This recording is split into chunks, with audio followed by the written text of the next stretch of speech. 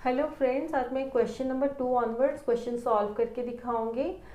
तो यहाँ पे है identify parallel line segments in the figures given below. तो ये फिगर्स देखने से लग रहा है कि जो DC है ये पैरेलल टू AB है ऐसे।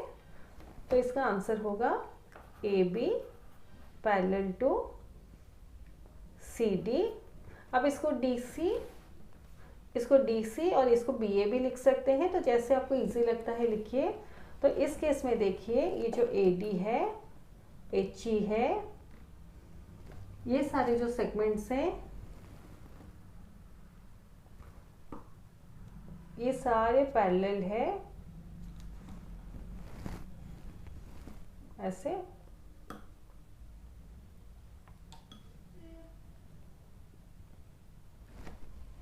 ऐसे देखिए, ये सारे सेगमेंट्स पैरेलल हैं। तो यहाँ पर हम लोग ऐसे लिख सकते हैं कि DA जो है वो पैरेलल टू HE है और HE जो है वो पैरेलल टू GF है और ये पैरेलल टू GF जो है पैरेलल टू CB है। ऐसे लिख सकते हैं। और ऐसे लिखने का मीनिंग भी है, DA जो है वो पैरेलल टू HE है, also DA parallel to GF है, DA पैरेलल टू CB है। सिमिलरली HE जो है वो पैरेलल टू GF है, HE पैरेलल टू BC या CB है, GF जो है पैरेलल टू BC है और ये दो सेगमेंट के साथ भी पैरेलल है और ये सेगमेंट जो है ये तीन सेगमेंट के साथ भी पैरेलल है। तो इसका मीनिंग है ये जो चार लाइन है लाइन सेगमेंट्स जो है वो एक दूसरे के साथ पैरेलल हैं। तो आप ऐसे वन लाइन में भी इसका आंसर लिख सकते हैं।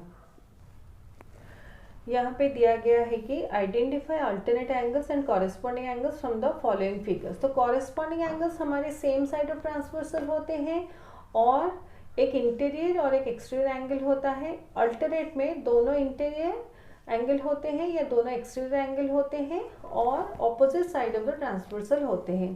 तो इस केस में हम लोग देखेंगे कॉरेस्पॉन्डिंग एंगल्स।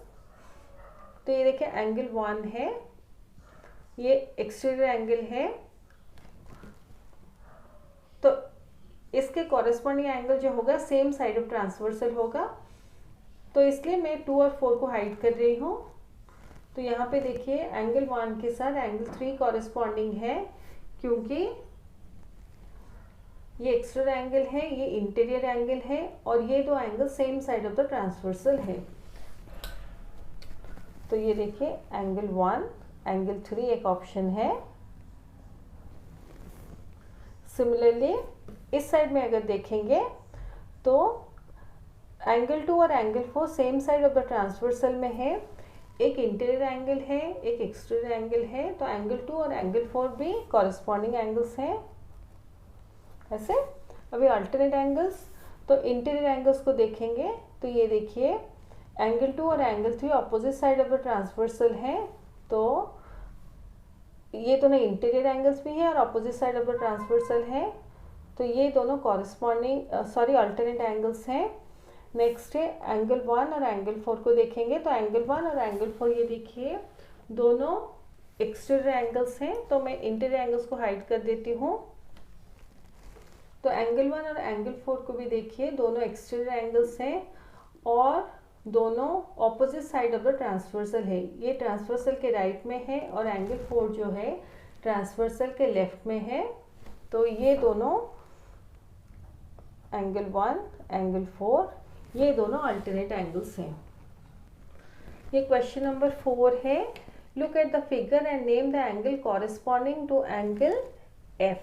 तो ये एंगल के साथ कौन सा कॉरेस्पॉन्डिंग है। तो कॉरेस्पॉन्डिंग एंगल्स हमारे same side of the transversal होते हैं। तो ये देखिए सेम साइड ऑफ ट्रांसवर्सल में F के साथ हमारे A, B और G एंगल्स हैं। तो F और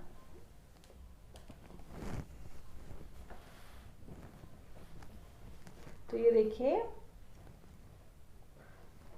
F और G लाइन के ऊपर लाई करते हैं ये दो एंगल्स, तो एफ और जी हमारे लीनियर पेयर है, इसलिए एफ और जी कॉरेस्पॉन्डिंग एंगल्स नहीं है।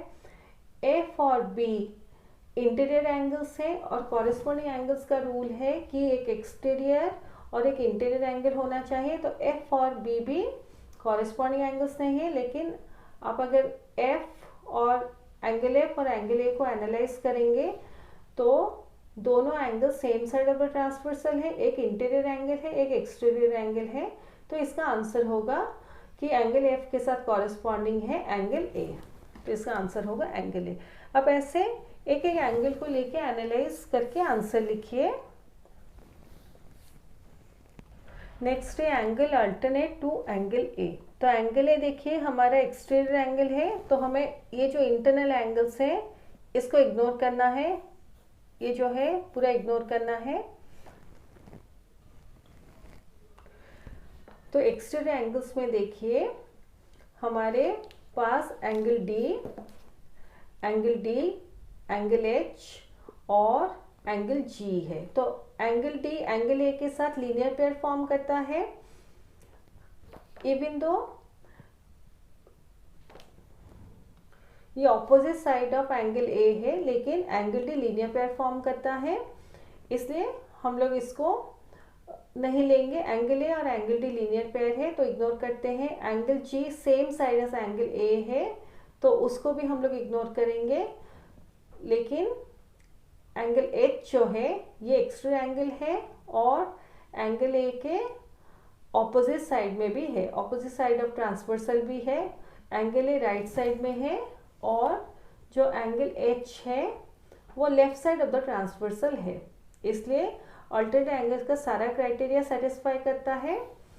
तो ये दोनों लीनियर पेयर हैं, ये same side as angle A है, लेकिन angle H opposite side of angle A है और दोनों एक्सटीरियर एंगल्स हैं, तो इसका आंसर होगा एंगल एच। ऐसे angle alternate to angle D, तो ये देखिए एंगल डी जो है ये भी एक्सटीरियर एंगल्स है, तो मैं इंटरनल एंगल्स को सारा हाइड कर देती हूँ। तो एंगल डी के साथ देखिए एक्सटीरियर एंगल्स जो है वो एंगल ए, एंगल एच और एंगल जी है। तो एंगल ए जो है वो एंगल डी के साथ लीनियर पेयर फॉर्म करता है, इवन दो वो opposite side of angle D है, इसलिए उसको कैंसिल करेंगे। नेक्स्ट एंगल एच जो है same side as angle D है, तो वो अल्टरनेट एंगल नहीं हो सकता। तो हमारे पास ऑप्शन में रहता है एंगल जी जो कि ऑपोजिट साइड ऑफ ट्रांसवर्सल है as compare to angle D. तो angle D left side of transversal है, angle G right side of transversal है और ये दोनों एक्सटीरियर एंगल्स है, तो इसका आंसर होगा एंगल जी। तो ऐसे एक एक करके आप एक एक एंगल को कैंसिल करते जाइए। नेक्स्ट है angle corresponding to angle C. तो ये देखिए एंगल सी है, तो कॉरेस्पॉन्डिंग एंगल यानी सेम साइड ऑफ ट्रांसवर्सल होगा। तो ये देखिए हमारे पास तीन ऑप्शंस हैं, angle D, angle E, angle H.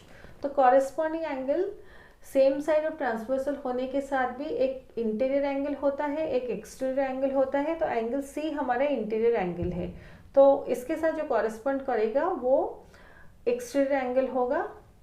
तो एंगल डी देखिए एक्सटीरियर है, लेकिन एंगल सी के साथ वो लीनियर पेयर फॉर्म करता है, तो ये रोल्ड आउट है। जो एंगल ई है वो इंटीरियर एंगल है, तो कॉरेस्पॉन्डिंग में जो होता है एक इंटीरियर एक एक्सटीरियर होना चाहिए, वो कंडीशन सेटिस्फाई नहीं करे, तो ये भी रोल्ड आउट है। तो एंगल सी के साथ एंगल एच ही बचता है जो कि इसका कॉरेस्पॉन्डिंग है, तो इसका आंसर होगा एंगल एच। ऐसे